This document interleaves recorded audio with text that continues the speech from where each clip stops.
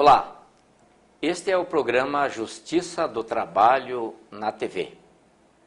Com muita satisfação, entrevistaremos hoje o Dr. Lamartino França de Oliveira, juiz do trabalho da Vara Trabalhista de Pontes e Lacerda. Dr. Lamartino é professor especialista em Direito do Trabalho. Atualmente leciona na Escola Judicial do TRT, no ESUD e na rede LFG, que é uma rede de aulas via satélite. Dr. Lamartino também é autor de 2 livros, Direito Previdenciário e O Direito é Legal.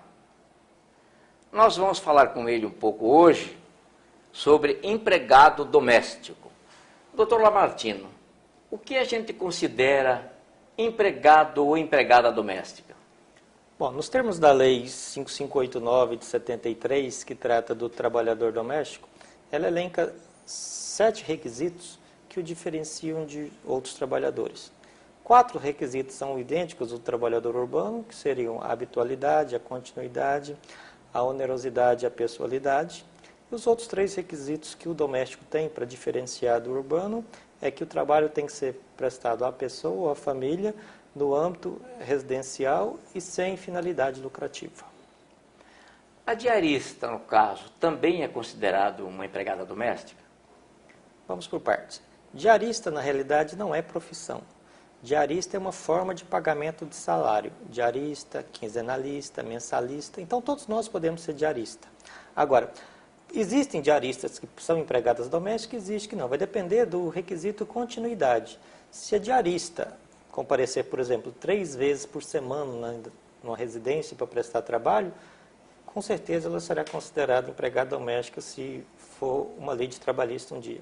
Esse número, 3 dias por semana, é um número definitivo?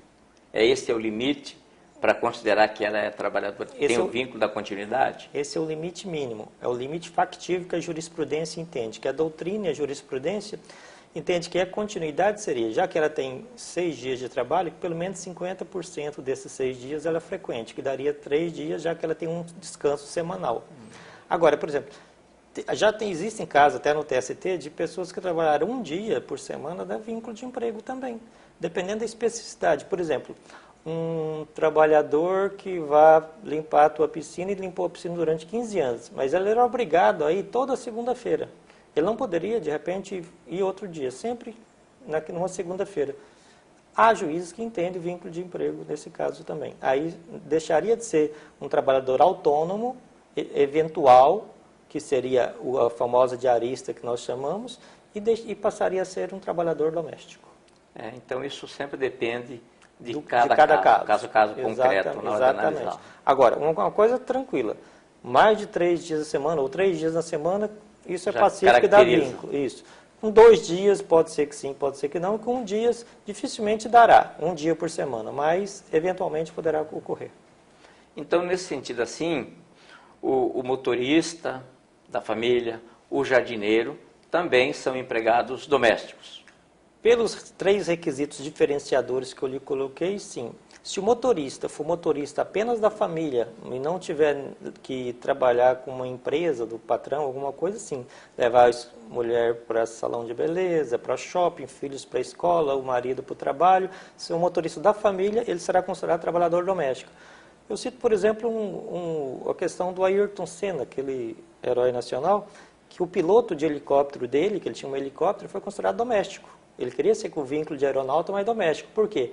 Porque ele prestava serviço só para o Ayrton Senna, no âmbito residencial do Ayrton Senna, ou seja, que o helicóptero foi equiparado como algo que é privado, não tinha atividade lucrativa daquilo, e o TRT da 2ª Região considerou ele como empregado doméstico. Então, quer dizer, não é a profissão. O médico pode ser considerado empregado doméstico. Se o seu médico vai na sua casa cuidar de um moribundo durante 2 anos e vai todos os dias e vocês combinam mensalmente, ele pode tranquilamente requerer um vínculo de emprego depois. Então não é a profissão, é os requisitos da lei dentro de cada caso. Perfeito. Nós vamos agora para um pequeno intervalo e retornamos em seguida.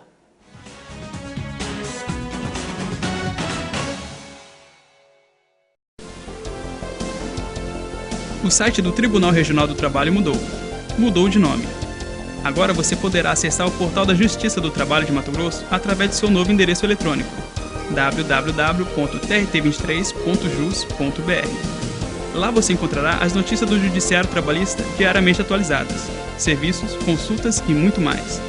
Não esqueça, www.trt23.jus.br. Tribunal Regional do Trabalho, Mato Grossense como você.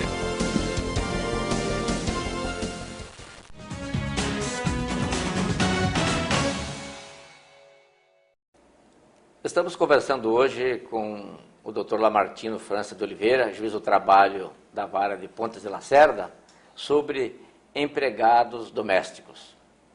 Dr. Lamartino, quais são os direitos que o empregado doméstico tem? Bom, até a Constituição de 88, os direitos do doméstico eram poucos, estavam só na própria Lei do Doméstico de 73. Com a Constituição de 1988, houve uma amplitude desses direitos, porém, em termos menores do que os trabalhadores urbanos e rurais. Mas a Constituição passou a assegurar a aposentadoria, passou a assegurar o 13º salário, que eles não tinham ainda totalmente garantido, ainda era uma celeuma a se pagar. Depois a lei ampliou também a possibilidade de eles terem o FGTS e o seguro-desemprego, que é um direito em potencial, ou seja, o empregado não tem, mas se o empregador pagar uma vez, se torna obrigado a pagar o FGTS sempre. Então, quer dizer, por isso nós chamamos de direito em potencial.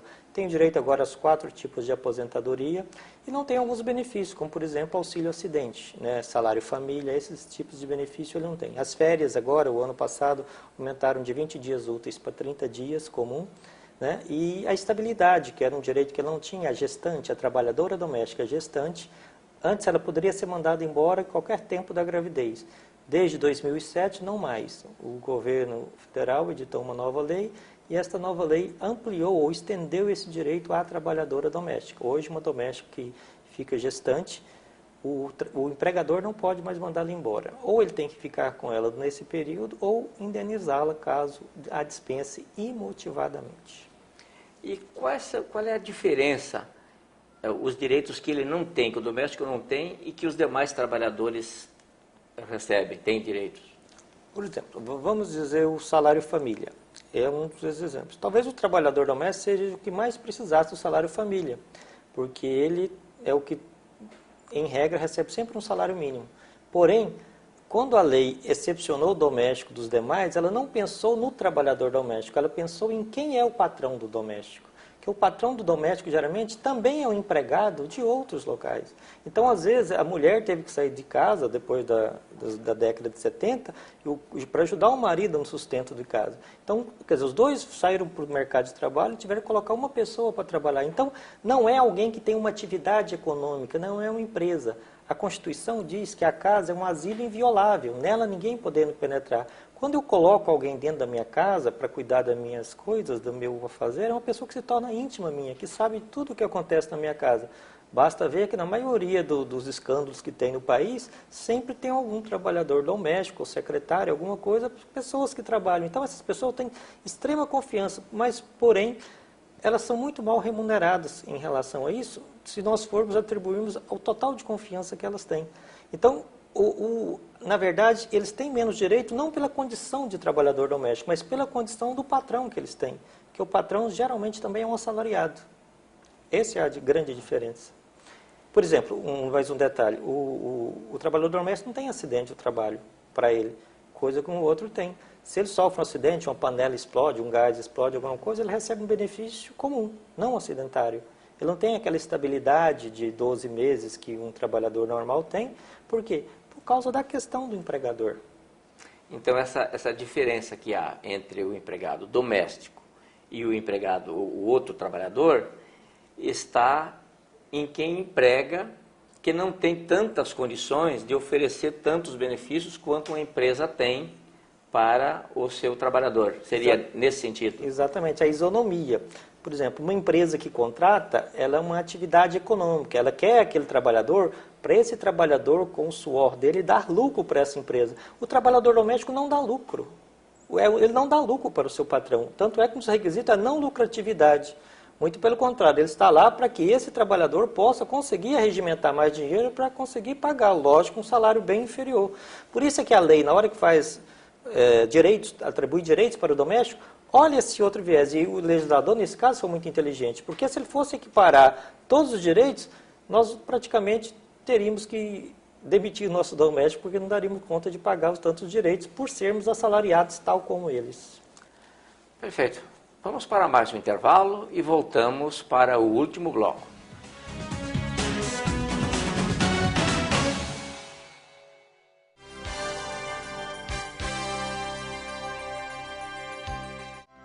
A busca contínua pela melhoria no atendimento e pela rapidez na solução dos processos faz da Justiça do Trabalho a mais eficiente em Mato Grosso. Através da ouvidoria, nosso usuário, que é você, cidadão, pode fazer sua reclamação, seus elogios, dar sugestões e assim contribuir para a melhoria dos serviços. Você pode contactar a ouvidoria via e-mail através do nosso site, por telefone, depositando os formulários preenchidos nas urnas ou pessoalmente, com um de nossos atendentes. A sala da ouvidoria está localizada no andar térreo do Fórum Trabalhista de Cuiabá. Faça uso da ouvidoria. Teremos prazer em atendê-lo.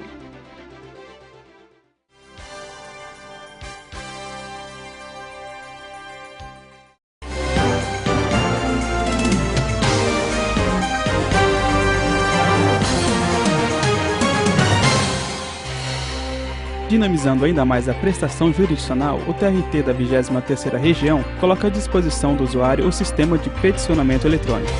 Este sistema permite ao advogado enviar as petições iniciais e as complementares a serem juntadas a processos em andamento, e tem como características principais a segurança e eficiência.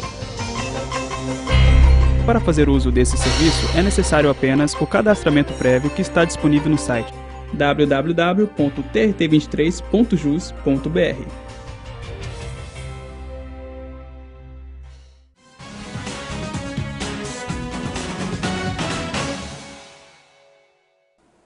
Estamos falando com o Dr. Lamartino França de Oliveira, juiz do trabalho da Vara de Pontas e Lacerda, sobre empregado e empregada doméstica. Dr. Lamartino, quais os cuidados que os empregadores de domésticos devem ter para evitar aborrecimentos na hora de demitir esse trabalhador? Bom, não só na hora de demitir, mas de contratar também, deve ter cuidado. Por exemplo, um conselho que eu dou é sempre fazer um contrato de experiência de 14 dias. Porque esse contrato de experiência de 14 dias, se a pessoa não lhe serviu, o que que o senhor faz? Você só manda e paga os dias, não precisa pagar férias nem 13º. Se faz um contrato de experiência de 15 dias, já vai ter férias e 13º. Então, 14 dias é o máximo para não ter incidência. Só paga os dias trabalhados e sempre anotar carteira de trabalho. Todos os trabalhadores que não anotam carteira de trabalho, empregadores domésticos, têm uma série de sabor o dia que são levados à Justiça do Trabalho, porque a gente cobra o INSS de todo o período com juros e correção. Então, hoje não compensa mais se ter empregados sem registro de carteira de trabalho. Não se compensa mais. E os demais direitos são os demais do trabalhador comum, como 13º, férias, aviso prévio, não muda nada. A única coisa que muda são as multas, que em regra geral não são aplicáveis às multas previstas na CLT. Doutor Martino, tem um assunto que de vez em quando aparece na mídia, a questão do assédio sexual no trabalho doméstico. Existem muitos casos, na sua experiência como juiz do trabalho há muitos anos, existem muitos casos nessa área? Não vou dizer muitos, mas alguns. Eu já peguei alguns casos e são emblemáticos. Infelizmente, nenhum caso eu tive condições de julgar procedente, ou seja, dando razão ao trabalhador, por falta de provas. Não dizendo que não teve o assédio. Às vezes eu tinha até convicção que o assédio aconteceu, mas eu não tinha provas. Note-se, o trabalho doméstico é feito em casa. A prova não existe, ou é o patrão e a esposa, ou é a trabalhadora, ou os filhos. Não tem o terceiro que possa servir de prova hábil. Então, o que a gente deu conselho é, primeiro, os patrões para evitar esse tipo de coisa. Segundo, é que hoje nós temos mecanismos eletrônicos que podem gravar. Um gravadorzinho no celular, de alguma coisa, já pode gravar qualquer tipo de assédio. E nós temos que combater essa chaga social também e evitar esse tipo de relacionamento perverso. O senhor está há alguns anos agora sendo juiz no interior. E na sua prática, que foi juiz aqui na capital e no interior, as ações trabalhistas de empregados domésticos são mais frequentes na capital ou no interior do estado? Proporcionalmente, eu acho que no interior maior. Eu acho que há uma difusão maior dos direitos no interior. Eu passei por Juína, agora estou em Pontes Lacerda. A gente nota o interesse das pessoas em ver prevalecer os seus direitos. E como existem empregadores que às vezes sequer pagam salário mínimo para os empregados. Hoje, talvez muitos não saibam, empregadores, mas eles poderão, por exemplo, contratar o empregado a tempo parcial. Eles não precisam contratar um trabalhador por dia inteiro. Contratam um trabalhador para trabalhar 4 horas por dia e pagam um salário proporcional ao salário mínimo. Então, se alguém vai ganhar R$ 415 para trabalhar 8 horas por dia, pode contratar um trabalhador e o TST já editou uma orientação jurisprudencial no mês passado, em mês de março, reafirmando essa posição, que ele entende que é válido. Eu posso contratar qualquer empregado, inclusive doméstico, para trabalhar menos tempo da minha casa, somente um período, com salário menor do que, inclusive, o salário mínimo. Quer dizer, ao invés de repente eu ficar com uma pessoa o tempo todo pagando um salário maior, eu posso também pagar o salário e essa pessoa pode ter outros pontos de trabalho também. Nós queremos agradecer a essa esclarecedora entrevista do Dr. Lamartino, que tocou em pontos interessantes nesta área. O programa Justiça do Trabalho agradece a todos aqueles que nos assistiram e convidamos aqueles que tiverem dúvidas para que acessem o nosso endereço eletrônico, que aparece no seu vídeo, e faça a sua pergunta para nós. Muito obrigado e até o próximo programa.